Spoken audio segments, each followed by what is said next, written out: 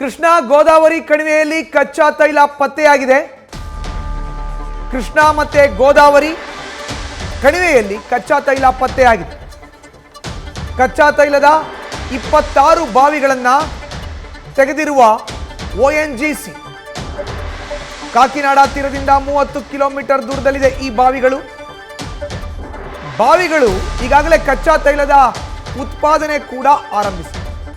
ಕೇಂದ್ರ ತೈಲ ಸಚಿವ ಹರ್ದೀಪ್ ಪುರಿ ಅವರಿಂದ ಇದರ ಬಗ್ಗೆ ಮಾಹಿತಿ ಕೂಡ ಹೊರಬಿದ್ದಿದೆ. ದೇಶದ ಅಗತ್ಯತೆಗೆ 7% ಕಚ್ಚಾ ತೈಲ ಮತ್ತು ಗ್ಯಾಸ್ ಬೇಕಾಗುತ್ತೆ. ಪ್ರತಿನಿತ್ಯ 45,000 ಬ್ಯಾರೆಲ್ಗೆ ಉತ್ಪಾದನೆ ಏರಿಕೆಯಾಗಿದೆ. ಕೇಂದ್ರ ತೈಲ ಸಚಿವ ಹರ್ದೀಪ್ ಪುರಿ ಅವರಿಂದ ಮಾಹಿತಿ ಕೂಡ ಹೊರಬಿದ್ದಿದೆ. ಕೃಷ್ಣಾ ಗೋದಾವರಿ ಕಣಿವೆಯಲ್ಲಿ ಕಚ್ಚಾ ತೈಲ ಈಗ ಪತ್ತೆಯಾಗಿದೆ.